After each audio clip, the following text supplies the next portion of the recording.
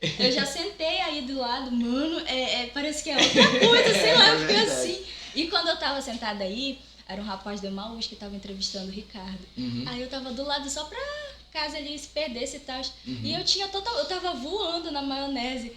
Quando eu voltei pra terra assim, o cara jogou a bola pra mim. E eu não sabia o que falar. Eu só abri a boca, mano, essa é uma pergunta tão boa que eu fiquei, caraca. Estamos aqui no mais uma gravação do MakeCast, o primeiro podcast feito na periferia da Amazônia, todo com jovens aqui de escolas públicas, todos que moram na região. Hoje estamos aqui com o Juan. É Juan. Olha só, é Juan. Todo mundo tava quebrando a cabeça aqui porque o teu nome escreve com J. A gente falou, Juan. É Juan. Mas enfim. Mas assim, olha aí. Os meus amigos vão ver esse podcast vão pensar assim, caramba, o Juan se controla muito bem, porque eu fico com muita raiva quando eu falo meu nome errado. Mas eu entendo. Mas eu prefiro. Às vezes, por exemplo, as pessoas erram muito escrever meu nome também, né? Então, às vezes, eu até brinco com os meus amigos, eu prefiro mil vezes que errem, que escrevam, do que errem que falem, né? Não, mas tudo bem, acontece, é normal. Então, estamos aqui com o Juan Pereira. Isso. E você, qual é a sua profissão, Juan? Eu sou jornalista, trabalho com assessoria de comunicação e também trabalho na Papão TV, faço comentários, narrações, enfim, tudo que envolve comunicação e marketing aí por Belém, estamos aí. Então vamos começar mais um papo, seja bem-vindo. Juan, na sua visão, quem é você?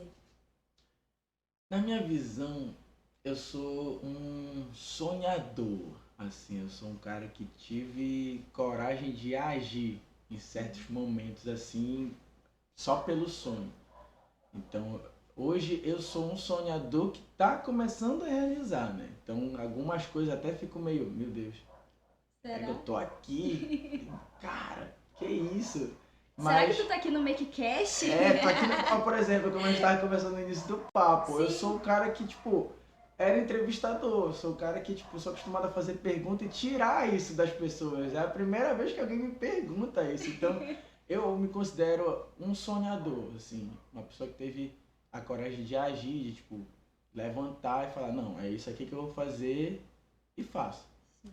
Às vezes não consigo, mas a vida é assim mesmo, tudo tem seu tempo. Sim. Juan, agora para os jovens ou para aquelas pessoas de mais idade, mas que querem fazer um curso assim bom, venham para o jornalismo. Por que vir para o jornalismo? É aquilo que, tipo, abre a tua mente, né? Porque o jornalista é aquele cara que tem várias percepções. As pessoas falam assim, mas o jornalismo ele precisa ser imparcial. Cara, imparcialismo não existe, né? Imparcialidade não existe. Sim. A gente tenta ser o mais imparcial possível, mas isso não existe. A gente é ser humano, a gente tem posicionamentos, a gente tem nosso senso crítico de sociedade, de vida. E o jornalismo ele abre as portas para te sair da tua própria casinha, né? Uhum. Por exemplo, eu tenho meus posicionamentos. Me considero uma pessoa com viés político, me considero uma pessoa com um time de coração, mas a partir do momento que eu passo a ser o jornalista, eu esqueço do Juan. Então eu já não tenho um time do coração, eu já não tenho um viés político e é difícil. Então as pessoas acabam deixando a mente mais aberta, têm opiniões diferentes, sabe? Compreender mais as pessoas. Então eu acho que a comunicação é isso. Além de trocar ideias, é entender o outro. Então venham para a comunicação que é muito bom entender as pessoas, né? Sim. A gente falava mais cedo sobre, tu estava dando mais dicas pra gente de marketing e de toda uma questão assim do marketing neuronal e, mano, muito interessante as coisas que tu falou. Você falava sobre você não gostar muito de reality show, mas você assistia porque no marketing, na comunicação, a gente tem que separar o que é de interesse meu e o que é de interesse do público, né? Isso. Então fale um pouco mais sobre o que você estava falando. Assim, como eu estava falando, né? Polêmicas. Quem me conhece vai pensar, eu não gosto de reality show, como assim? Mas comenta. Tipo assim, eu não sou um grande fã de reality show, assim. Não sou o cara que para pra assistir. Sim. Mas eu sou o cara que para pra assistir pra entender o que passa na tua cabeça. Por exemplo, vamos supor que tu gostes. Eu não sei se tu gostas ou não. Mas vamos supor que tu gosta, uma pessoa assim, caramba, eu tenho meu time, eu gosto daquele time ali, gosto daquele cara quero que ele ganhe 1,5 milhão.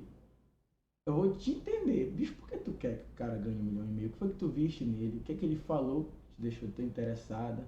Então, às vezes uma frase que uma pessoa solta, que outra pessoa olha e posta, e de repente várias pessoas já olham, pode ser fruto de um produto.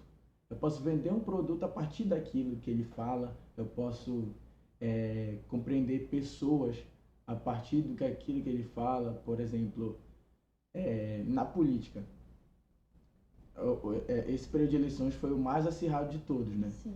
Teve o lado da esquerda, o lado da direita. Então, tipo, para mim que sou jornalista, o que a pessoa da esquerda via para ser da esquerda e para votar ali? O que a pessoa da direita fazia ali? Por que ela tá ali? O que ela pensa? Como é que eu vou vender um produto, por exemplo, eleger um político a partir disso? Porque numa política tão polarizada, se eu falar uma besteira, olha quem vai estar contra mim. Sim. Olha quem vai subir contra mim. Aí eu falo outra besteira, aí volta a equilibrar. Então, ou eu falo uma coisa muito boa e que uma pessoa quer que os dois gostem, que é a nossa meta. Então, é isso, entender as pessoas. Como eu falei no início, né? O jornalismo ele abre essas portas pra gente, né? Como eu falei, o Juan tem o viés político dele, tem o time do coração dele, pensa, mas o Juan jornalista, ele precisa esquecer isso, né? Para compreender muito bem, até porque às vezes eu estou representando algo, representando uma instituição, representando uma pessoa. Então, como é que eu vou colocar o meu interesse acima de um interesse que não é daquilo que eu estou representando? Então, é isso. É complicado, mas é legal. Pô, pior que, tipo assim, falando parece complicado, mas a partir do momento que tu sentas na cadeira e começa a fazer, isto vai pensar assim, né? pô, só teoria, na prática é outra. E, Juan, tu pensas em ajudar outros jovens a se verem futuramente na mesma profissão que tu ou numa profissão parecida? Tu pensas em ajudar, orientar, alguma coisa assim? Ah, com certeza. Até porque eu tive ajuda, né? Eu não cresci sozinho. Claro que, tipo, a atitude e a vontade tem que ter. Tem que partir de si, né? Claro, sempre tem que partir de si. Mas teve pessoas que me ajudaram, que botaram a escadinha para mim subir. Então, claro que se a pessoa quiser chegar comigo e falar assim, pô, mano, eu preciso de ajuda, eu não sei isso aqui, tu pode me ajudar? Para meu alcance, com certeza. E, por exemplo, hoje eu trabalho com as duas coisas que eu mais gosto, que é política e esporte, né?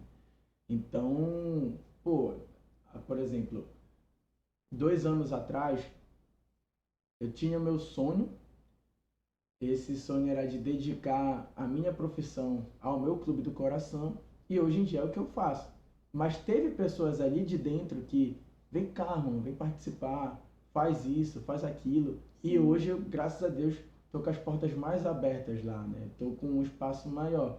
E não foi sozinho. Claro que, tipo, se eu fosse uma pessoa que não soubesse superar as expectativas, obviamente não tava lá. Mas teve alguém que me ajudou para isso. Então, eu quero ser também a pessoa que ajuda outras pessoas e lembrar assim, poxa, o Juan foi aquele carinha que, tipo, em um momento difícil ou no momento que eu precisava, foi o cara que pelo menos botou a mão ali para me segurar. É isso.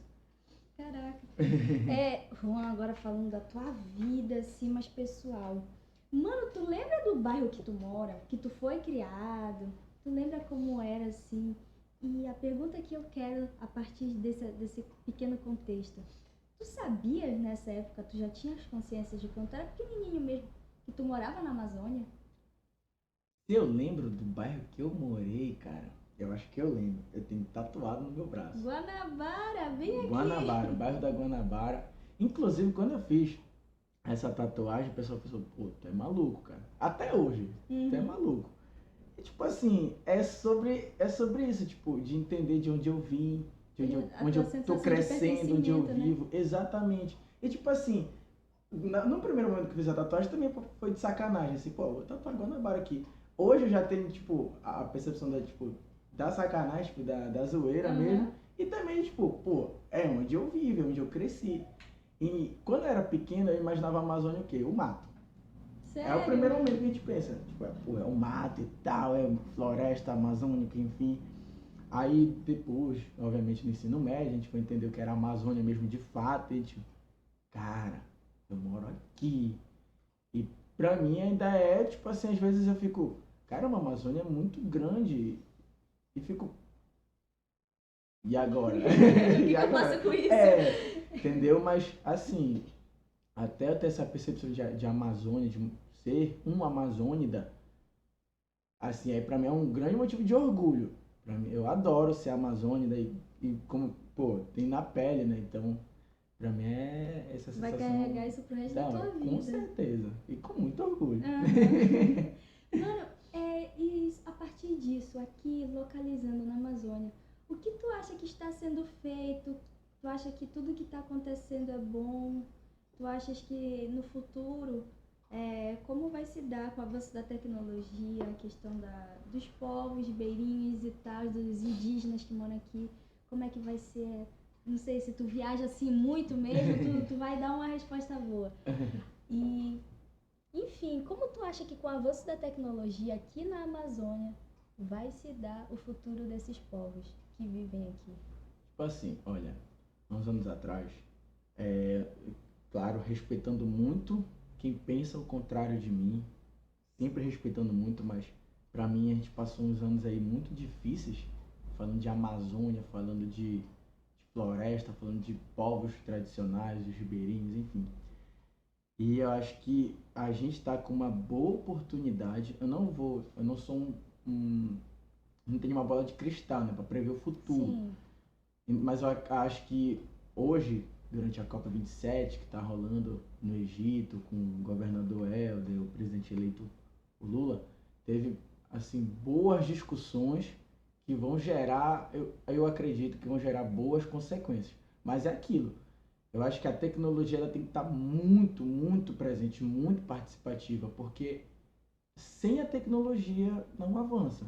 É simples, simples assim. Sem tecnologia, sem ciência, não avança. Então eu acho que a gente tem que caminhar para uma valorização a mais da ciência, que eu já não via nesses anos anteriores, né? Eu não via essa valorização da ciência, essa valorização da tecnologia. E hoje, pelo menos vendo a Copa 27, falando sobre bioeconomia, falando sobre a tecnologia sendo muito mais participativa mesmo no consumo legal, o que vocês fazem aqui de reutilização. Sim. A gente não vê incentivo disso. A gente não vê. E isso não falando só no âmbito federal, mas no âmbito estadual, no âmbito municipal mesmo, a gente não vê. Então, acho que a tecnologia ela tem que acontecer, né? Então, é isso. Acho que a gente tem boas ideias e a gente precisa ser participativo nisso. Obviamente, a sociedade ela tem que estar incluída nisso. Então, acho que hoje hoje, vendo a COP27, tudo que é discutido, a gente tem aí um potencial bom a ser explorado. Para superar tudo isso. Com certeza. Eu fiquei sabendo que você, quando criança, assim, mais novo, participou de um programa de rádio com o Ricardo Gimenez. Me conta como foi essa experiência, quantos anos tu tinha, o que tu foi falar lá? Acho que eu tinha o quê? Aquilo ali era 2015, né? 2015. Tinha acho que meus 12, 13, 14 anos de idade, por aí. E aí, foi muito estranho, assim, todo esse processo de rádio, né, de chegar na rádio, porque eu era muito tímido, mas muito tímido. E aí eu comecei na rádio pensando assim, poxa, é pra perder a timidez. E eu não queria participar, não queria nem pouco, assim, fiquei com muito medo, né, pô, as pessoas vão me escutar, vou receber muita crítica, pô, o que um moleque de 12 anos tá fazendo aí? Caraca, tu tinha 12 anos. Tira ele daí, bicho. Então, tipo, pensar assim, 12 para 13, né? E aí, eu participei de um programa de rádio, a FM Cabana, rádio comunitária lá da Guanabara mesmo. Participei de um dos programas lá, matinais. E aí, durante o programa mesmo, eu recebi um convite. Pô, participa do programa sábado e tal, vem conversar com a gente. Aí tá, vamos lá, né? Aí fui no sábado, participei ali bem breve. Aí fui no outro sábado e foram esses sábados de convite. Até o momento que eu já fui fixo no programa mesmo, eu já estava muito acostumado. E antigamente eu nem pensava em fazer jornalismo, nada de comunicação. E a partir dali abriu a chavinha, né? Aí, cara, com isso aqui que eu quero viver, trabalhar, fazer. E aí passei meu ensino médio, né? já com muitas ideias, já gostando muito de escrever. E aí quando eu saí do ensino médio, já foi fazendo faculdade de jornalismo, já com muito mais oportunidade, e aí fluiu. E aí, sobre o programa com o Ricardo, foi um convite também do Ricardo, né? Inclusive, fiquei com um pouco de receio, assim, né? Por ser uma rádio evangélica, né? E na época eu era católico, eu já tenho uma outra religião. E, tipo, pra mim também, pô, o que que eu vou falar, né? Pô, apesar de ser criança, me preocupava muito com isso, obviamente, né? Mas fluiu. E o Ricardo, pô, me deixou muito seguro, não só ele, mas os outros companheiros de programa me deixaram muito seguro, souberam falar bem comigo ali, então foi bem tranquilo. Foi uma boa experiência. A rádio foi quem abriu as portas pra mim. Sério, caraca, que legal. Mano, agora, tu eras ativista antigamente, né? Até hoje. Até hoje. Me conta aí, como foi, o que te deixou incomodado na sociedade para que tu se tornasse aí um ser politizado? Eu acho que todo mundo precisa, né? Acho que todo mundo precisa ser um pouco politizado, porque a gente escolhe pessoas pela gente. Então, pô, como é que eu vou só, aí como voto é obrigatório, né? Sim. Como é que eu vou escolher alguém para me representar e não saber quem é aquela pessoa? O que Ou não conhecer significa o o que ela mínimo faz, do, né? do que ela faz, enfim. Então, a minha família sempre foi muito participativa na política de Ananindeua. Tem lideranças aqui e eu desde pequeno caminhava com eles, né? Já nesse caminho. Então eu já tive essa base familiar. Eu não quis ser politizado. Eu já meio que nasci assim, mas por um incentivo muito familiar. Claro que em determinado momento eu poderia muito bem ali sair, né, desviar desse caminho. Mas eu preferi seguir. Tanto que hoje eu trabalho diretamente com isso, né? Mas eu cheguei a ser delegado em conferências aqui em Você Ananindeua. pega essa copa aqui pra gente. Fica à vontade. E fui delegado 2 vezes das conferências de criança e adolescente. Cheguei a ser eleito para conferências estaduais, né? E também já fui delegado em conferência de assistência social aqui em Ananindeua mesmo. E fui eleito para as estaduais, fui eleito para a federal. Caraca. E aí, só que em momento de federal, né, no momento eu estava trabalhando, não consegui viajar, né, mas enfim, eu gosto muito de discutir a sociedade, né? Na época de criança e adolescente, pô, queria que a minha voz fosse ouvida, né? A voz de quem tem a minha idade ser ouvida, né? Naquele tempo, sabe assim, pô, porque tem um adulto aqui, bicho, tipo, discutindo por mim, me escuta, sabe? Me escuta. Sim. Tu pode fazer o que tu quiser, mas me escuta pelo menos. Então eu pensava assim. Então, aproveitar esses espaços que a gente tem, que dão pra gente, dão voz, a gente tem que aproveitar ao máximo, ao máximo. Então, não é nem questão às vezes de ser politizado, mas tipo das pessoas te ouvirem, sabe? Então eu penso muito assim, das pessoas me ouvirem, né? Nem assim, eu não me preocupo muito em ser politizado. Eu me preocupo assim com a sociedade em si, tipo, acho que pessoas precisam ser ouvidas. É isso. As pessoas precisam ser ouvidas. Se eu me ofendo com alguma coisa, se eu acho que eu tenho o direito de estar em algum lugar, me escuta por que eu preciso estar ali. Não é tu que vais definir onde eu estou e o que eu sou. Então, é isso, é aproveitar os nossos espaços. Então, quando tu falar assim, eu sou o que tu for, a gente vê. Falei, até hoje, né? Então, até hoje, assim, se eu achar que eu tenho que brigar por alguma coisa, eu vou lá, visto a camisa mesmo e vamos pra cima. Sim.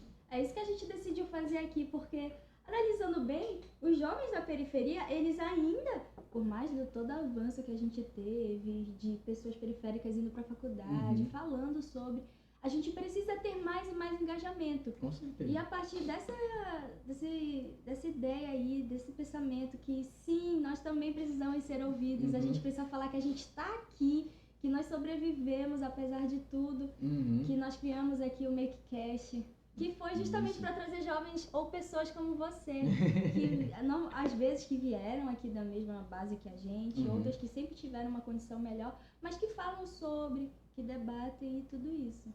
Sim, eu achei muito interessante que você falou, não é nem questão de ser politizado, mas de ser ouvido. Ah, com certeza, porque tipo assim, tem gente que não gosta de política, né? E claro que é muito compreensível, porque política hoje, por exemplo, as eleições foi um grande exemplo disso. Teve violência, teve morte, teve parente que parou de se falar, amigo que parou de se falar. Eu, por exemplo, eu perturbei muitos amigos, obviamente. Não vou dizer que, nossa, eu não vesti a camisa. Eu vesti a camisa. Quem for procurar vai saber. Mas aí, por exemplo, gente que trabalha comigo. Tipo assim, não preferiu me isolar um pouquinho. Tudo bem, né? Então, tipo assim, por isso que eu falo, não é nem de ser politizado. Porque eu dou essa mensagem assim, de não ser politizado, justamente para as pessoas que não gostam de política. Tu não precisa, tipo, eu sou de esquerda, eu sou de direita. Não precisas disso, bicho. Tu não precisa se rotular. Mas, tipo assim, tu acreditas em algo? Fala, cara. Fala. Tipo assim, eu acredito em Deus. Pô, cara, tu acredita em Deus. Não acredita em Deus? Tudo bem. Tipo, por exemplo, eu acho que hoje a sociedade ela não sabe lidar muito bem com pessoas que são contrárias, né? Sim. Então, cria muito isso. Então, a pessoa que não gosta de política é justamente a pessoa que não gosta de confusão. Mas, infelizmente, a política vai estar para sempre vinculada a isso, querendo ou não, né? Eu acho que a gente nunca vai chegar numa paz mundial se a política estiver lá, porque nunca vai ser um consenso. A gente viu isso agora, pô. Lula ganhou com 50,90% dos votos. Não foi 100%. Olha o tanto que estava dividido o Brasil. Como é que eu vou agradar todo mundo? Não existe. Não existe. Então, não é ser politizado mesmo. É tipo, tu acredita naquilo? Tu acha que as pessoas devem te respeitar por isso? Mano, vai lá, fala mesmo. Se tu vai ser criticado, bicho, é quem tu és, cara. Não liga pra isso, é quem tu és e pronto, acabou. Sim, até porque se você aceita os outros também devem te aceitar. Exatamente, eu penso exatamente assim. Mano, convida a galera pra vir aqui no Gilead, entender. Eu imagino que durante o tempo que a gente passou aqui em cima e você lá embaixo, deu pra entender um pouquinho do que é, o que a gente faz aqui, lá embaixo, aqui em cima agora. E então, a gente quer falar que a gente está aqui, nós estamos de braços abertos para receber as pessoas que se enquadram, por enquanto as que se enquadram só no nosso perfil de ser estudante de escola pública e tudo mais. Isso que eu acho bacana, tipo, vocês incentivarem a galera da escola pública, né? Sim, isso porque muito se fala essencial, do protagonismo juvenil. É essencial. Sim, que eu acho que tem muito em você o protagonismo juvenil, eu acho. Tô tendo quase certeza aqui.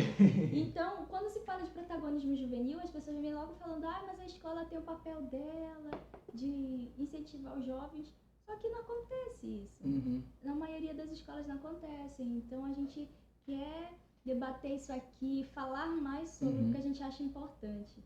É isso. Eu acho que o protagonismo juvenil ele precisa estar muito presente, né? Acho que a gente não tem que acordar depois de mais velho. Até porque a gente já se percebe como ser humano. Acho que a partir desse momento que a gente se percebe como ser humano, a gente já tem que fazer alguma coisa por isso, né? Sim. Então, é isso aí. Assim se percebe como ser humano. Eu lembro de quando eu comecei a me perceber como ser humano. A gente se perde, bicho. Por exemplo, quando eu era criança, eu era o que a minha família decidiu que eu era. Eu era católico, eu era uma pessoa mais família, eu era muito mais estudioso, por exemplo, não trabalhava, então, tipo assim, eu não tinha a responsabilidade que eu tenho hoje, por exemplo. Então, a partir do momento que eu comecei a me perceber que o ser humano, penso, é isso que eu sou mesmo? Ou é isso que me impuseram a ser? Então, bicho, tipo assim, é muito difícil. Claro, a minha família é uma família assim que me respeita ao máximo, respeita muito mesmo, assim, cada escolha que eu fizer, cada rumo que eu quero seguir, mas tem gente que não tem isso. Tem gente que tem uma família que não aceita. Tem família que não aceita uma orientação sexual, tem família que não aceita uma religião diferente. E a minha, graças a Deus, assim, graças a Deus, aos meus orixás, aos meus guias também, a gente tem isso muito bem harmonizado, né? Tanto que, tipo, a gente brinca com outras vezes, assim, sobre várias coisas. A minha família tem um ambiente muito bom, mas tem gente que não tem esse privilégio. Eu me considero muito privilegiado por ter uma família assim. Isso é uma coisa que facilitou muito, gente, muito, porque isso mantém a tua cabeça tranquila. Porque tem gente que quer ser alguma coisa, quer fazer alguma coisa, tem medo da família. E isso é uma dificuldade gigantesca mesmo. Então, eu não estou falando isso aqui e pensando assim que a pessoa que está me escutando vai pensar, nossa, eu vou levantar e fazer. Claro que não. A gente não vive num conto de fadas, Sim. né? Então, a pessoa levanta e fala, vai fazer, aí pensa, poxa, mas será que a minha família vai gostar? Mas será que os meus amigos vão gostar? Como será que as pessoas vão ver? E isso, ter a cabeça tranquila ali, é difícil de manter. Eu, por exemplo, isso na pandemia aflorou bastante. Eu fiquei com muito medo de tomar decisões. Fiquei com muito medo de tomar decisões. Muito, muito medo mesmo. E tu ficou por conta da proximidade com a família cada vez mais? a proximidade com a família também ajudou muito. Por exemplo, como eu falei, né, meu ambiente familiar é muito bom. Mas assim, quando tava só eu, que vinha muitos questionamentos, tipo, e o meu trabalho, o que eu vou fazer a partir daqui? Eu tô parado, porque eu tava em casa, né? Não tava saindo de casa. E meus amigos, como é que estão? Perdi professora, na minha faculdade, perdi uma professora pela Covid. Pensei, meu Deus, era uma das professoras que eu mais gostava e acabou assim. Então, a cabeça da pessoa, às vezes, é o próprio inimigo dela, né? Então, eu não, como eu tô falando assim, tudo que eu falo, teoricamente é lindo, mas na hora da prática, e aí? É difícil, como eu falei. Até de ser politizado, a minha família tava lá no meio. E se alguém não tem a família? Às vezes a família é muito fechada. A pessoa, isso acaba fazendo a pessoa ser fechada também, de uma forma ou outra.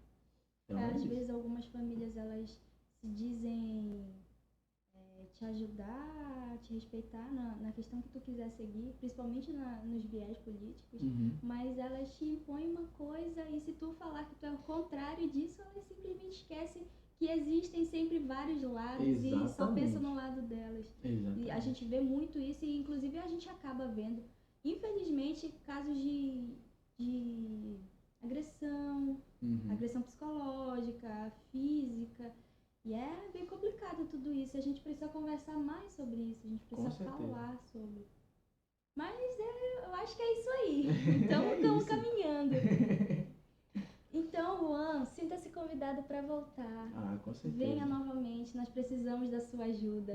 E eu quero deixar bem claro para todo mundo que o Inovação Gilead, tudo aqui que está englobado dentro do Inovação Gilead, a gente precisa de doação, a gente precisa da ajuda de quem puder ajudar. E então, sintam-se convidados, a gente está sempre de portas abertas para receber todos vocês. Inclusive, eu quero fazer meu convite, né, para só conhecer o Gilead, né? Você já tinha me pedido para fazer o convite, eu acabei mudando muito de assunto. Mas venham conhecer o Gilead. Eu vim aqui ainda quando era a casa do Ricardo, ainda antes de se tornar o que se tornou. E o Ricardo é um cara assim que tem ideias e bota para acontecer e, pô, isso eu acho muito bacana. Tem atitude, enfim. Eu queria, venham para o Gilead, participem dos projetos, não só quem está nos escutando, mas a galera daqui da comunidade mesmo, participem, doem e deem aí o seu máximo para fazer isso aqui continuar acontecendo. E pessoas como ela a conseguirem cada vez mais espaços aqui na nossa sociedade, não só a Luciana, mas os alunos da robótica, enfim, estão aqui, a galera, os técnicos aqui, a galera que está por trás das câmeras. Todos eles são muito importantes para isso aqui estar acontecendo.